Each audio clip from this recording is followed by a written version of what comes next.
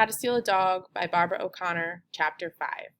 I watched Luann and Lisa Thomas walking to the bus after school, their matching blonde ponytails swinging from side to side. They carried their ballet slippers in their Derby Dance School tote bags. Instead of getting on the bus and taking my usual seat beside Luann, I had to wait for Toby so we could go to the laundromat. I watched everybody get on the bus in their perfect clothes so they could go home to their perfect bedrooms. They'd put their clothes away in real drawers, not trash bags. Then they'd go to soccer practice or ballet class, not to the laundromat like me. I blinked hard and stared down at my feet, just in case I looked as miserable as I felt. The toe of my sneaker was wearing out, and I could see my blue stock starting to show. When I heard someone running, I looked up to see Toby racing toward me, his hair flopping down in his eyes. "Hurry up," I snapped. "I've been waiting for like an hour." "I got on the bus, but then I remembered I wasn't supposed to," he said. Oh, great, I thought. I bet Luann and Lisa had themselves a good laugh about that. I bet Lisa said, "How come Georgina and Toby aren't riding the bus?" Then what would Luann say? Please, please, Luann. I closed my eyes and tried to send thoughts across the parking lot and into the school bus windows where Luann sat. Please don't tell Lisa we live in a car. Then I hurried up the sidewalk toward town. Toby trotted along me, whining for me to slow down, but I didn't. We headed on over to Montgomery Street, where Mama had parked the car near the laundromat. I unlocked the trunk and tossed my backpack inside. Then I stood on the bumper of the car so I could reach way in the back of the trunk. I pulled the corner of the carpet away and took out the envelope Mama kept hiding in there. I thumbed through the money stuffed inside. It sure looked like a lot to me, but I guess it still wasn't enough to get a place to live. I took out $5 and jammed the envelope back under the carpet. Then I gathered up my dirty laundry and locked the car. "Let's go, Toby." I stuffed all the clothes into one washing machine. "If we don't use 2 washing machines," I said to Toby, "we'll have enough money to buy a snack." On the way, we checked all the coin return slots for money and found 2 quarters. Then we went on over to the grocery store and bought some saltine crackers and sliced cheese. We went around back to the alley and sat on the warm asphalt to eat. "Listen, Toby," I said while I peeled the plastic off my cheese. "We need to find some kind of rope or something to tie that dog's collar." Toby nodded as he squished a piece of cheese into a little ball and popped it into his mouth. "Where can we find rope?" I said. He shrugged. "Darn it, Toby," I said. "If you want to help me, you gotta come up with some ideas too, you know. I can't think of everything." "Okay," he said. "Why don't we buy some rope?" I rolled my eyes. "We're trying to save our money, not spend it. We need to find some rope for free." Toby looked around him at the piles of cardboard boxes beside the dumpster. "Maybe there's rope back here somewhere." I got up and peered into the dumpster. Just more cardboard boxes. "Nah," I said. "I think we're going to have to wait till trash pickup day. Then we could look through the stuff that people leave by the road. Okay?" "Okay." Toby squished another piece of cheese and then smashed it between 2 crackers. "Let's go put the clothes in the dryer, then check out that dog again." When we got to Withmore Road, I motioned for Toby to be quiet. "We don't want anybody to notice us," I whispered. We made our way up the road toward the big brick house. When we got to the corner of the yard, I could hear someone out front. I tried to see through the hedge, but it was too thick. I squatted down beside the fence to listen. "Get the ball, Willie," someone said.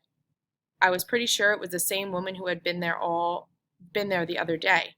I could hear Willie making happy little yip noises. Then the woman would laugh and say stuff to him. After a while, I heard the wooden front steps creak and the screen door slam. I looked at Toby. "I think she went inside," I whispered. "Let's go see." We tiptoed to the gate and I peeked into the yard. The woman was gone, but Willie was sitting on the front porch. When he saw me, he came bounding down the steps and over to the gate. "Hey there, Willie," I whispered. He pushed his nose through the gate and licked my hand. "Isn't he cute?" I said to Toby. "Yeah," Toby put his hand out and Willie licked him too. "When are we going to steal him?" "Shh!" I smacked Toby's knee. "Hush up, you idiot!" I looked around us. The street was quiet and empty. I could hear a radio somewhere in the distance, but I didn't see anyone. "We have to wait till everything is just right," I said. That lady has to be gone, I nodded toward the house, and we need some rope, remember? After we get the rope and steal him, where are we going to hide him? Toby said. Dang, I hadn't even thought of that. I could hardly believe how stupid I'd been. I'd made all of these plans and hadn't even thought about where we were going to hide that dog. I looked at Willie and then back at Toby. I hadn't figured that part out yet, I said, pretending like it was no big deal. You got any ideas? Toby shook his head. I frowned. Then we'll have to think of something. That night, I propped the flashlight up on the seat next to me and tried to do my math homework. Toby's snores drifted through the beach towel wall between us. I used to be good at math, but it seemed like now I wasn't. I gave up and took out my purple notebook, and I opened to How to Steal a Dog by Georgina Haynes. I wrote April 7th, then after step 2, I wrote step 3. Get ready to steal the dog. Number 1. Keep watching the dog to make sure he's the right one to steal. Number 2. If you need a leash, find some rope or something. Number 3. Find out where you're going to hide that dog. I chewed on the eraser on my pencil and stared out the window into the darkness.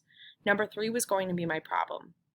I wish I could ask Luann to help me. She always had good ideas about stuff. I looked down at my notebook again. I guess I was just going to have to figure this one out myself, unless some miracle happened and Toby got an idea. I closed the notebook and watched the moths fluttering around the streetlight outside my window. Maybe stealing a dog wasn't such a good idea after all. I propped my feet up on the seat in front of me and frowned at my bare toes. My party girl pink nail polish was wearing off, and I didn't have any more. I guess it got tossed out with all my other stuff. We can't take everything, Georgina, Mama had hollered at me when Mr. Dieter kicked us out. 1 bag, she said in a mean voice. That's it. Just when I started to feel a good cry coming on, I heard Mama hurrying toward the car. I sat up and I rolled down the window. Georgina, she whispered real excited like, guess what? What? I found us a place. Really? I felt my heavy heart start to lift. Mama put both hands against the car door and grinned down on me.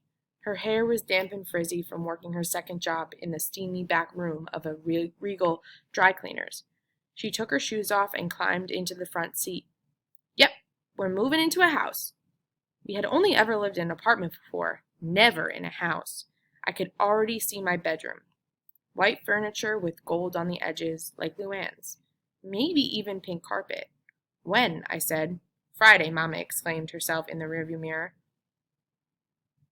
I look as beat as I feel, don't I? She said.